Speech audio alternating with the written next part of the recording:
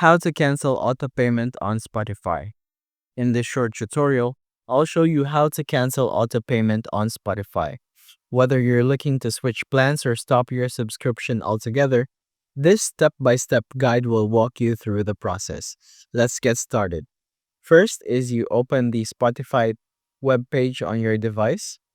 Make sure you're logged into the account you want to manage. So I've already logged in.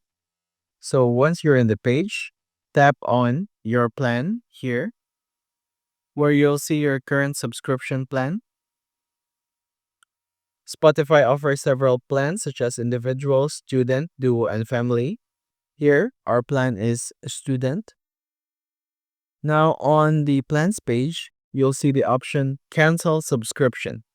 Tap on it and confirm your decision by selecting yes, cancel. Once confirmed, your subscription will be canceled and auto payments will stop.